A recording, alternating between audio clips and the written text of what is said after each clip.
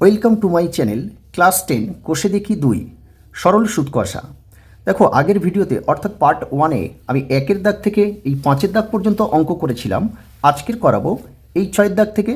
তো তোমরা যদি আগের ভিডিওটি না দেখে থাকো তাহলে ডেসক্রিপশান বক্সে লিঙ্ক দেওয়া আছে, ওখান থেকে দেখে নিতে পারো, অথবা উপরে আই বাটনে ক্লিক করে দেখে নিতে পারো। কারণ আজকের ভিডিওটি দেখার আগে যদি পার্ট 1-এর ভিডিওটি দেখো তাহলে কিন্তু এই অঙ্কগুলো বুঝতে খুব সুবিধা হবে এবং খুব সহজভাবে বুঝতে পারবে। আর ভিডিওটি স্কিপ না করে শেষ পর্যন্ত খুব মন দিয়ে দেখতে থাকো। দেখো, 6 দাগের অঙ্কে কি বলা আছে, গৌতম একটি মুরগির খামার খোলার জন্য একটি সমবায় ব্যাংক থেকে বার্ষিক 12% সরল সুদের হারে কিছু টাকা ধার নিলেন। প্রতি মাসে তাকে 378 টাকা সুদ দিতে হয়। তিনি কত টাকা ধার নিয়েছিলেন নির্ণয় করি। এখানে কত টাকা ধার নিয়েছিল সেটা বলা নেই, শুধু বলা আছে দেখো প্রতি মাসে সুদ দিতে হচ্ছে কত, 378 টাকা। তাহলে দেখো অঙ্কে যেটা বলা আছে সেটা প্রথমে আমি লিখে নেব। এখানে দেখো অঙ্কে বলা আছে বার্ষিক সরল সুদের হার, বার্ষিক সরল সুদের হার, এই আর সমান বলা আছে 12%। আর কি বলা আছে, সুদটা বলা আছে দেখো,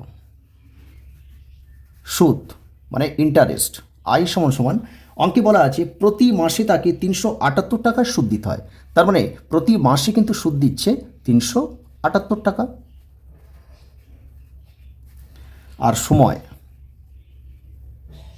সময় টি, এই টি সমান বলা আছে প্রতি মাসে, প্রতি মাস বলতে 1 মাস বোঝাচ্ছে, তাহলে 1 মাস। মনে রাখবে এই সরল সুদের হিসাবটা হয় কিন্তু বছরে, সুতরাং মাস বা দিন যাই থাক না কেন সেটা আমাদের বছর করে নিতে হবে। তো মাস বছরে নিয়ে গেলে কি করতে হয়, 12 দিয়ে ভাগ করতে হয়। 1 মাস সমান তাহলে দেখো 1-এর 12 বছর হয়ে যাবে। তাহলে আমাদের এখানে কত টাকা ধার নিয়েছিল অর্থাৎ আসলটা কিন্তু আমাদের এখানে বের করতে হবে। দেখো তাহলে অতএব আসল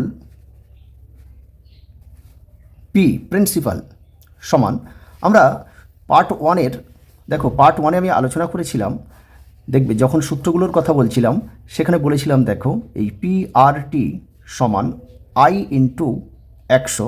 তো যেহেতু আমরা পি এর মান অর্থাৎ আসলটা বের করব, তাহলে এই পি সমান সূত্রটা তাহলে কী হবে, দেখো এদিকে I ইন্টু 100 আছে আর নিচে RRT চলে আসবে নিচে, কারণ যেহেতু পি এর মান পিটাকে রেখে বাকিটা এর নিচে চলে আসবে।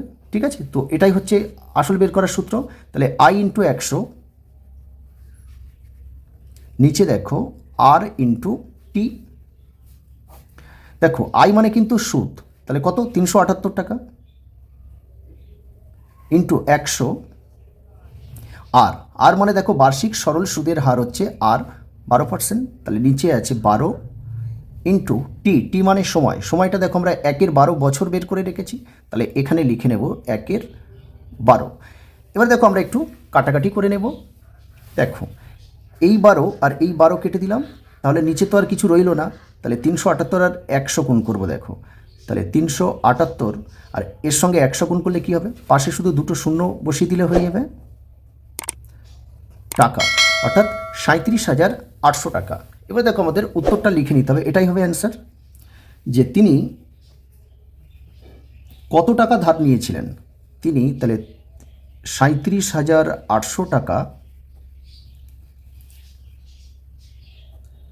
ধার নিয়েছিলেন, তাহলে এটাই হবে অ্যান্সার। নেক্সট অঙ্ক এই 7-এর দাগে, বার্ষিক 6% সরল সুদের হারে কোনো টাকা কত বছরে দ্বিগুণ হবে হিসাব করে লিখি। দেখো বার্ষিক সরল সুদের হার বলা আছে 6%, তাহলে কত টাকা অর্থাৎ আসল কত টাকা হলে সেটা মানে কোনো আসল টাকা আর কি কত বছরে দ্বিগুণ হবে সেটাই আমাদের বের করতে হবে। দেখো যেহেতু দেখো আসল টাকাটা বলা নেই, তাহলে আমি ওটা প্রথমেই ধরে নেব। দেখো যে ধরি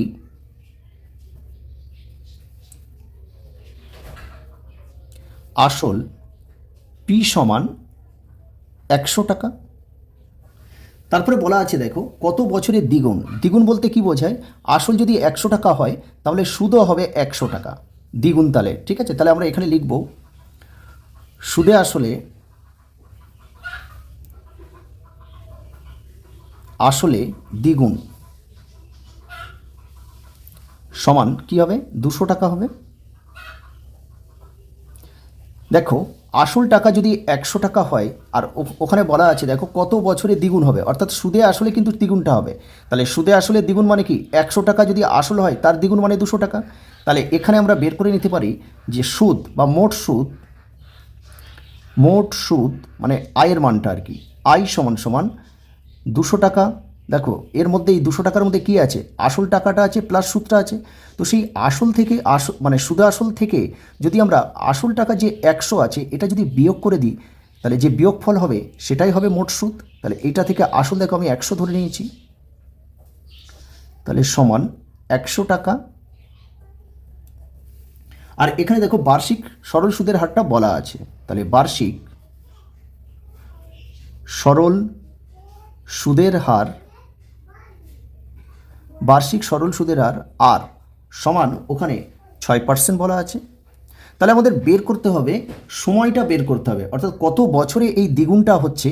দেখো সুদে আসলে দ্বিগুণটা কত বছরে হচ্ছে সেই সময়টা কিন্তু আমাদের বের করতে হবে।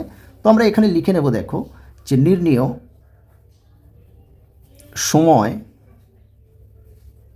টি সমান, তাহলে টি সমান কী হবে, দেখো পিআরটি আমরা আগের অঙ্কে বলছিলাম, দেখো যে পিআরটি সমান আই ইন্টু 100। তাহলে এবার যদি আমরা এই টি সমান বের করতে চাই, তাহলে উপরে তো আই ইন্টু 100 আছে, তাহলে নিচে কী হবে, এই পি আর এই আরটা নিচে চলে আসবে, অর্থাৎ পি ইন্টু আর হবে। তাহলে দেখো আই ইন্টু 100 আর নিচে পি ইন্টু টি। এবার দেখো শুধু এই দেখে দেখে মানগুলো বসিয়ে কাটাকাটি করলে কিন্তু অ্যান্সার বেরিয়ে যাবে। দেখো আই মানে কিন্তু মোট সুদ, দেখো আই মানে মোট সুদ কত, 100 টাকা আছে, তাহলে এখানে 100 আর পাশে দেখো আরও একটা 100 গুণ হয়েছে। তাহলে পি মানে আসল, দেখো পি আসল আমরা 100 টাকা ধরে নিয়েছি, তাহলে আসল হবে 100 আর টি মানে সময়, ও সরি এটা আমি ভুল করেছি একটু, দেখো I into 100 R P into R হবে, এটা আর, ঠিক আছে। তাহলে আর মানে দেখো আর হচ্ছে বার্ষিক সরল সুদের হার, তার বার্ষিক সরল সুদের হারটা কত, 6%, তাহলে এখানে 6। এবারে দেখো এই 100 আর এই 100 কেটে দিলাম, এখানে যদি এটা 2 দিয়ে কাটি তাহলে 50 দুখানে 100 আর এইটা 3 দুখানে 6, তাহলে উপরে 50 আর নিচে দেখো 3 আছে। তাহলে উপরে যেহেতু বড় আছে তাহলে আমরা এটা কী করব, মিশ্র ভগ্নাংশে প্রকাশ করে দেব। 3 দিয়ে যদি আমরা 50কে ভাগ করি, দেখো 1 দিলে 3, তাহলে এখানে 2 আর এই 0 নামবে, 3 6 18 নিচে 2, তাহলে এই 2টা কী হবে এখানে চলে যাবে আর এই 3টা এখানে আসবে। তাহলে 50-এর 3 সমান সমান আমরা এটা লিখতে পারি যে 16.2-3 বছর। তাহলে অ্যান্সারটা আমাদের লিখতে হবে, দেখো অতএব বলা ছিল যে কত বছরে কোনো টাকা কত বছরে দ্বিগুণ হবে। তাহলে লিখে নেব যে কোনো টাকা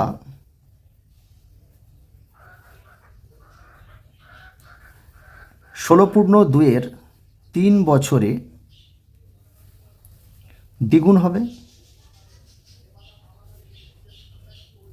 ঠিক আছে। মানে 6% হারে কোনো টাকা 16.2-3 বছরে দ্বিগুণ হবে, এটাই হবে অ্যান্সার। পরের অঙ্ক আমরা এই 8 দাগের অঙ্কটা করব। দেখো মান্নান মিয়া কিছু টাকা ধার করায় 6 বছর পরে দেখলেন দেয় সরল সুদের পরিমাণ আসলে 3/8 হয়ে গেছে। বার্ষিক শতকরা সরল সুদের হার কত ছিল নির্ণয় করি। তাহলে মান্নান মিয়া কিছু টাকা ধার করেছে, কত টাকা সেটা বলা নেই, আসল টাকা কিন্তু কত সেটা বলা নেই। 6 বছর পরে বলছে দেয় সুদ, অর্থাৎ যে টাকাটা সুদ দিচ্ছে সেটা কতটা, আসলের 3/8। তাহলে আমাদের উত্তর চেয়েছে, দেখো বার্ষিক সরল সুদের হার কত ছিল সেটাই আমাদের বের করতে হবে। দেখো তাহলে যেহেতু আসল টাকা কত সেটা বলা নেই, তাহলে প্রথমে আমরা আসলটা ধরে নেব। দেখো আসল টাকা তোমরা 100 ধরেও করতে পারো, এক্স ধরেও করতে পারো, তো আমি এখানে এক্স ধরে করব। দেখো ধরি আসল পি সমান এক্স টাকা। এবার বলছি সুদ, তাহলে মোট সুদটা কী হবে, তাহলে মোট সুদ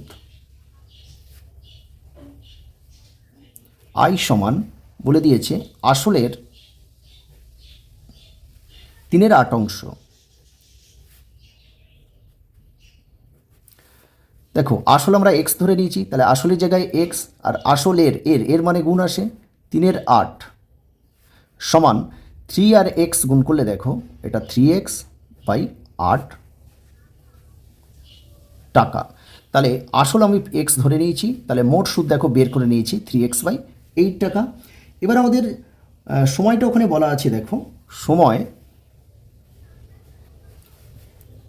টি সমান 6 বছর বলা আছে। আমাদের বের করতে হবে বার্ষিক সরল সুদের হার। তাহলে অতএব বার্ষিক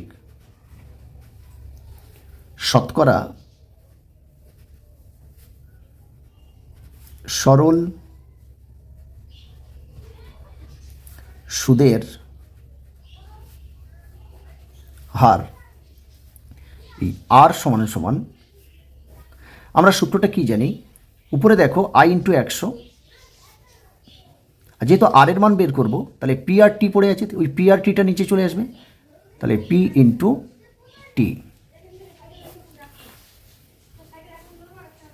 দেখো আই মানে কি, আই মানে হচ্ছে সুদ, এখানে সুদটা কত 3x/8, তাহলে এখানে এই 3x/8 ইন্টু 100, আর নিচে পি ইন্টু টি, পি মানে আসল, আসল কত এক্স ধরে নিয়েছি, তাহলে এক্স ইন্টু টি, টি মানে সময় 6 বছর। এটা যদি আমি একটু সাজিয়ে লিখি, দেখো যে 3x/8 ইন্টু 100 উপরে আছে। এবারে দেখো এই এক্স আর এই 6টা আমরা যদি পাশে নিয়ে যাই তাহলে কি হবে, দেখো এটা ভাগে আছে, তাহলে পাশে নিয়ে গেলে গুণে হবে, এদের নিচে কিছু নেই মানে 1 আছে, ঠিক আছে, তাহলে উপরে গেলে দেখো 1/x হয়ে যাবে, উল্টে যাবে, আর এটা 1/6 হয়ে যাবে। প্রথমে দেখো এই এক্স আর এই এক্স কেটে দিলাম, আর এই 3 দিয়ে 6কে কাটলাম 2, ঠিক আছে। তো আমরা এটা যদি 4 দিয়ে কাটি, 4 দুখানে 8, আর এইটা 25 দিয়ে কাটলে 4 25 100।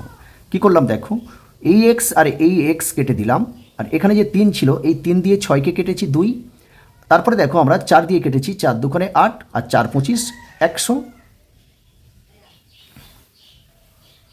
দেখো উপরে কত আছে, 25 আছে, আর নিচে 2 দুখানে 4 আছে। তাহলে উপরে যেহেতু বড় আছে, তাহলে আমাদের কি করতে হবে, এটা মিশ্র ভগ্নাংশে প্রকাশ করতে হবে। দেখো তো 4 দিয়ে যদি 25কে ভাগ করা হয়, 4 6 24, এক, এই একটা উপরে যাবে আর এই 4টা এখানে চলে আসবে, তাহলে 6.1/4%। তাহলে এটাই হবে অ্যান্সার। আমি এখানে লিখেই নিয়েছি বার্ষিক শতকরা সরল সুদের হার, আর আলাদা করে আর উত্তর লেখার দরকার নেই, এটাই অ্যান্সার, এই পর্যন্ত করে দিলেই হয়ে যাবে।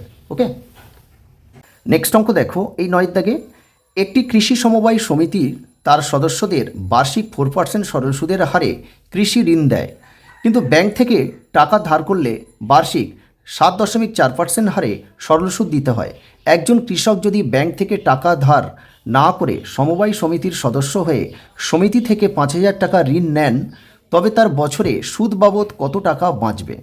দেখো এখানে দুটো পার্ট আছে। প্রথম পার্ট বলছে কৃষি সমবায় সমিতি থেকে যদি টাকা ধার নেওয়া হয় তাহলে বার্ষিক সুদের হার হচ্ছে 4%, আর ব্যাংক থেকে টাকা ধার নিলে বার্ষিক সুদের হার হচ্ছে 7.4%। এবার কোনো কৃষক যদি 5,000 টাকা ঋণ, আর কি 5,000 টাকা ধার নিচ্ছে, সেটা যদি ব্যাংক থেকে না নিয়ে যদি সমবায় সমিতির সদস্য হয়ে সেই সমিতি থেকে টাকাটা ধার নেয়, তাহলে সুদ বাবদ কত টাকা বাঁচবে সেটাই আমাদের বের করতে হবে। দেখো তাহলে, দেখো সমবায় সমিতিতে কত টাকা, 5,000 টাকার জন্য কত টাকা সুদ দিতে হচ্ছে সেটাই প্রথমে বের করব। তাহলে আমি এখানে লিখে নেব, দেখো সমবায় সমিতির ক্ষেত্রে দেখো আসল পি 5,000 টাকা ঋণ নিয়েছে, তাহলে 5,000 টাকা,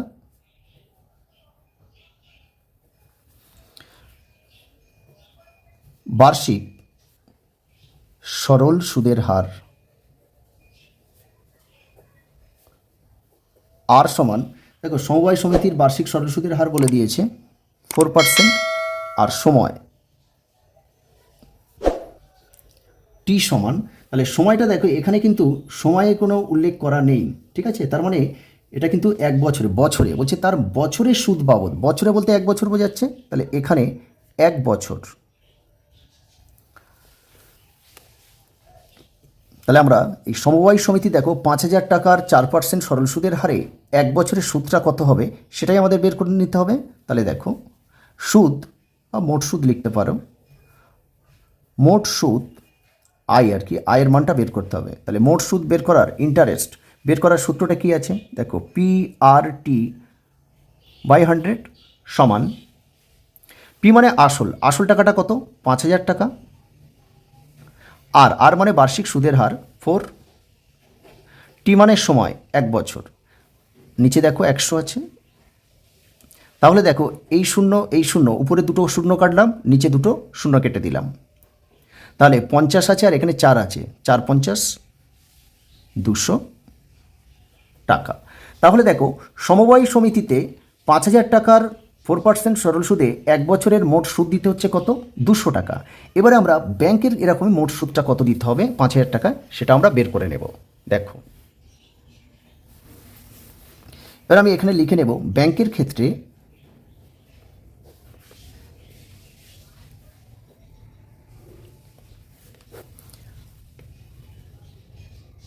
আসল পি, দেখো 5,000 টাকাই হবে আসল, বার্ষিক সরল সুদের হার আর সমান, দেখো ব্যাংকের বার্ষিক সরল সুদের হার হচ্ছে 7.4%, এখানে সময়টাও কিন্তু 1 বছরই হবে। তাহলে অতএব মোট সুদ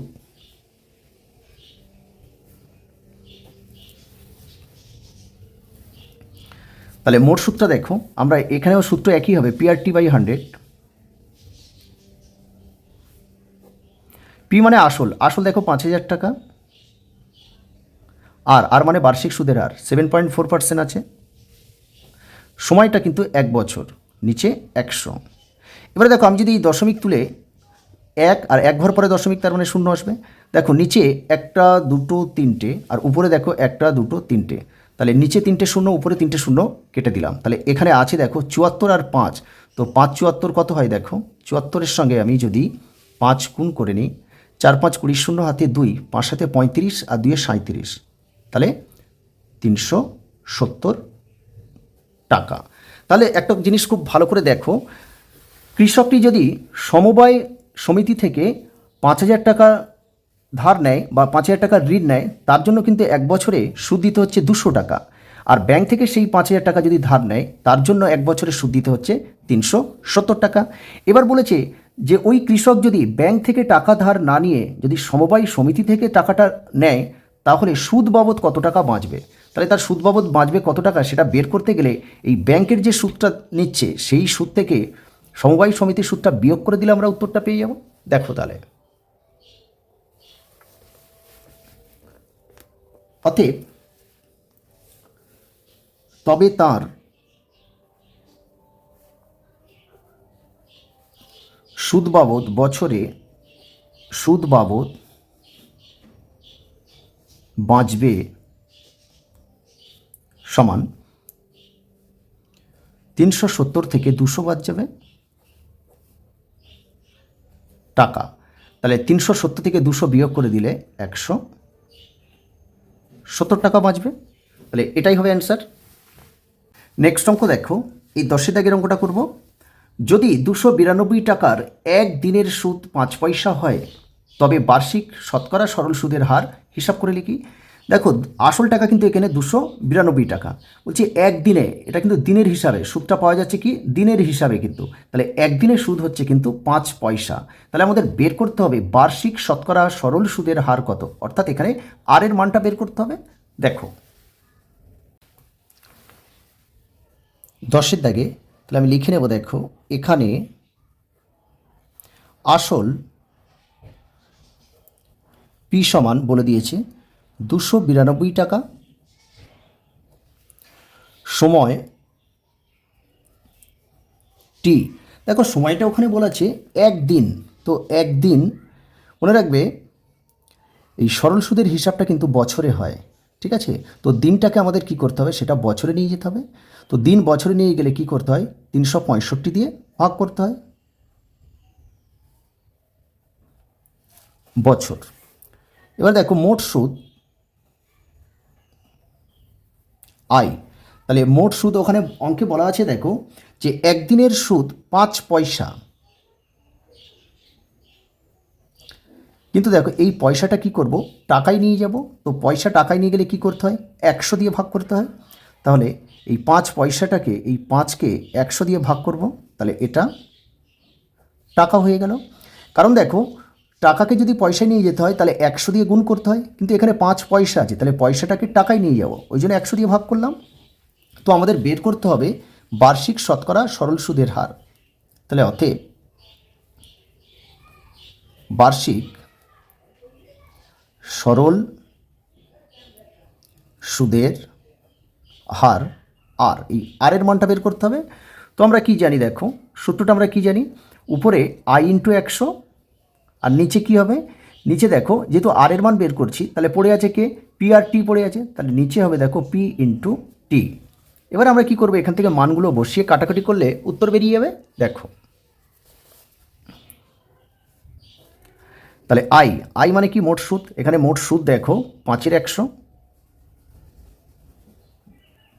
ইন্টু এখানে 100 আছে, নিচে পি মানে আসল টাকা কত, 292 টাকা বলা ছিল অঙ্কে। সময়টা দেখো একদিন সমান আমরা 1-এর 365 বছর করে রেখেছি, তাহলে এখানে 1-এর 365 বছর। দেখো এখানে এটাকে আমি একটু সাজিয়ে আর একটু লিখে নেব।